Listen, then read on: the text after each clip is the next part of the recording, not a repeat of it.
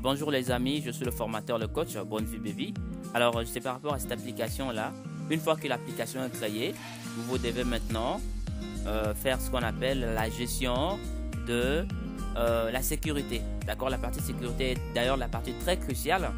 Et donc dans cette application là, j'ai géré la sécurité avec JDBC Authentication. D'accord, c'est-à-dire que après que vous sachiez déjà c'est important de maîtriser In-Memory Authentication, d'accord? Une fois que vous maîtrisez In-Memory Authentication, vous avez la possibilité de comprendre également JDBC Authentication. C'est vraiment important de comprendre les aspects de la sécurité. Et à quelle étape nous en sommes? Nous sommes dans la deuxième étape, une deuxième méthode, d'accord? Une deuxième manière de faire. C'est important de connaître d'ailleurs toutes les méthodes, d'accord, de la sécurité. Très important d'ailleurs. Bon, vous allez comprendre ici que la classe qui s'est ajoutée, c'est juste cette classe-là. La classe, j'ai plutôt, au lieu de User Detail in Memory, d'accord, c'est cette classe-là que j'ai géré en fait. Le bin, ce que vous voyez là plutôt. Ce bin-là que j'ai ajouté, d'accord, qui va accéder aux data sources qui se trouvent en fait au niveau de mon application Properties, d'accord. Donc ça va accéder à cette ressource là et le data source là va utiliser, ce sont cette data source là que vous voyez, d'accord. Il va utiliser la base de données en fait et tous les credentials de la base de données, d'accord. Très important. Maintenant une fois que vous avez ça, alors il y a la partie schema, d'accord, cette partie là, très important.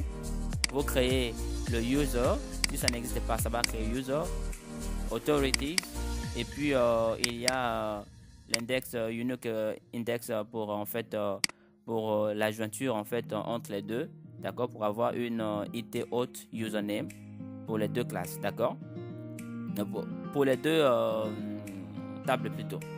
Alors ça c'est pour éviter en fait le duplicate, parce que avec MySQL il y a des exceptions, d'accord. Je ne suis pas trop dans les détails, mais pendant la formation, si quelqu'un veut se former, vous aurez tous les détails possibles. Et vous venez par exemple au niveau de voilà, vous savez vous avez plusieurs méthodes, hein. Vous pouvez le faire comme ça, d'accord, comme ça, vous détaillez ici, d'accord, ou bien vous le faites comme ça là. Vous avez le code dans, voilà, ça c'est pour mettre les sites data, hein, donc les fake data au niveau de la base de données déjà. Vous créez vos utilisateurs, vous les mettez dans la base de données, les utilisateurs que vous allez créer, et ça fonctionne. Donc on va essayer de mettre rapidement l'application. Donc les données sont enregistrées dans la base de données, d'accord.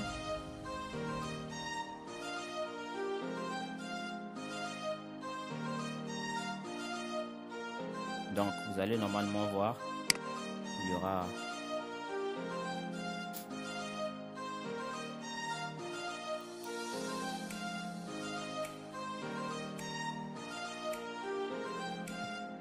vous attendez un peu.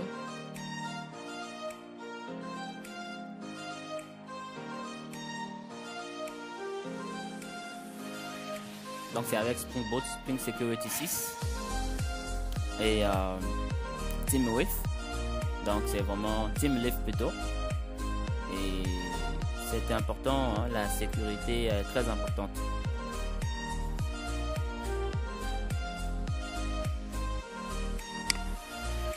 Vous voyez en fait par exemple là, si je vais au niveau de mon application, je suis supposé avoir quoi, la table user, d'accord, et le rôle users avec un préfixe role user, d'accord, au niveau de la base de données. Donc il va mettre role user, ça dit Spring Security directement va configurer dans la base de données. Vous aurez une espèce de comme ça. Et j'ai aussi le user 2, d'accord, user 2 que je vais mettre voilà, et j'ai aussi admin normalement. Bof de bavardage, on va tester l'application. Déjà avant de tester, vous venez ici niveau de la base de données. Ça va venir. Attendez un peu.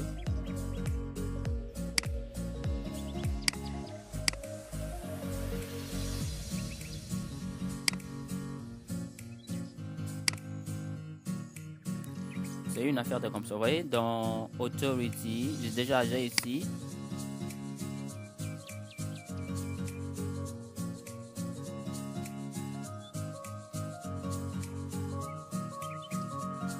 Bon, ma machine est un peu lente.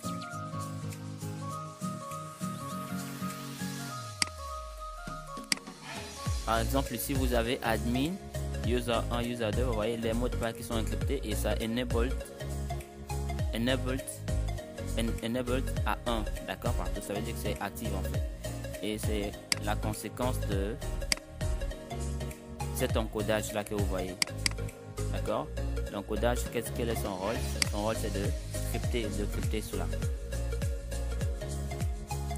Vous avez également d'autres méthodes, hein. Et par exemple, comme vous voyez, admin a deux rôles, hein. Il y a le rôle user et le rôle admin également, d'accord. Et quand vous voyez ici, l'admin est là, d'accord. Pour avoir le rôle, vous venez au niveau de Authorities. Authorities, c'est la table qui contient des rôles en fait.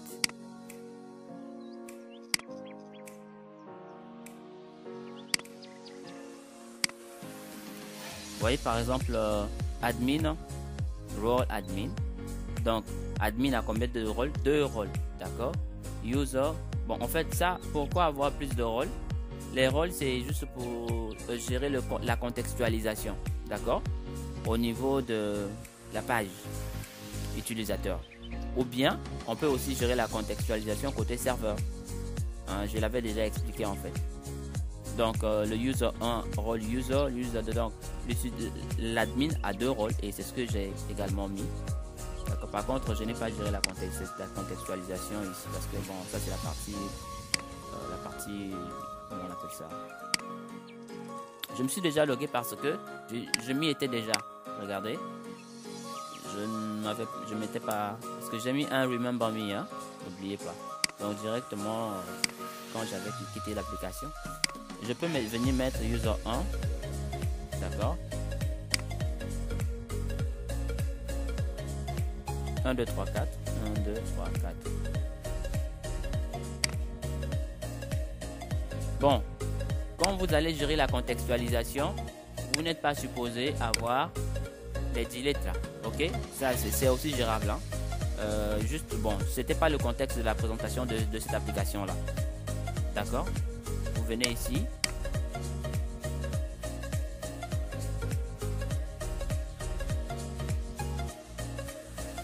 C'est à vous de faire tout le design et tout ça.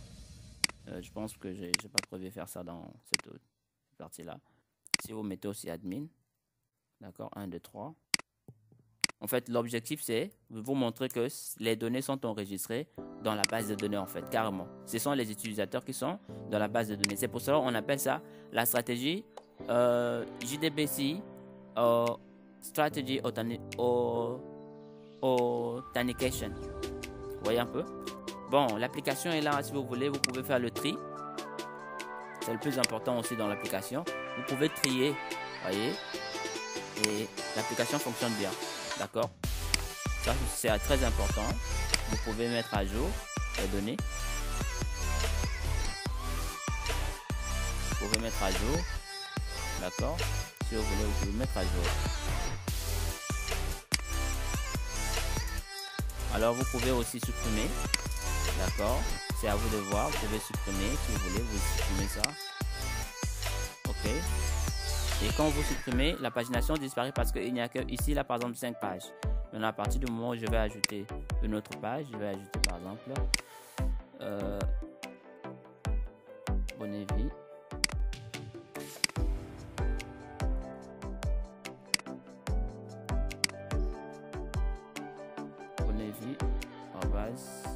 Formation kilo.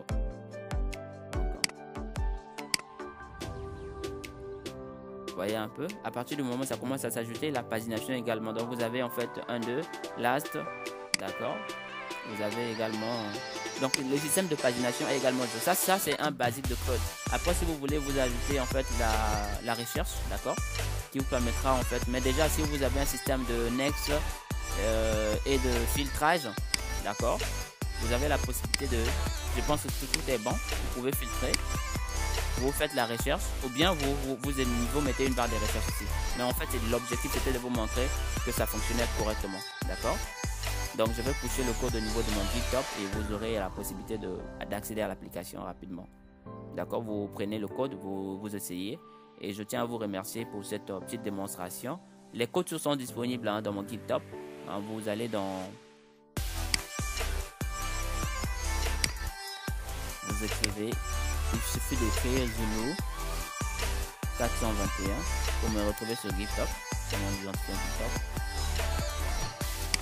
Donc vous avez...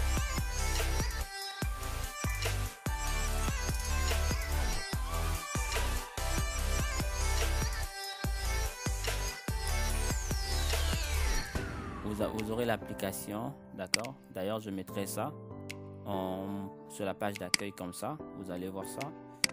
C'est le 42e projet. C'est ça. Et je mettrai ça à jour. Je vais pusher ça et puis vous aurez le code. Tout le code sera ici, d'accord, avec toutes les captures possibles. Hein? Ok. Donc ça, c'est JDBC Authentication Spring Boot Security. Et je tiens à vous remercier pour votre temps, pour votre... N'hésitez pas de vous abonner, d'accord, parce que les codes sources vous sont quand même donnés gratuitement, d'accord. Merci à vous et c'était à la fin de cette présentation d'ailleurs. Et voilà, donc je vais juste me déconnecter et puis on va se dire bye bye pour les prochaines sessions d'authentification. User Details, là-bas je vais beaucoup plus approfondir sur l'authentification, d'accord. Je serai à la troisième partie de l'authentification. Merci à vous. Donc voilà, donc ceux qui ne me connaissent pas, je suis l'ingénieur Bonnevie. Ok, merci à vous. Au revoir.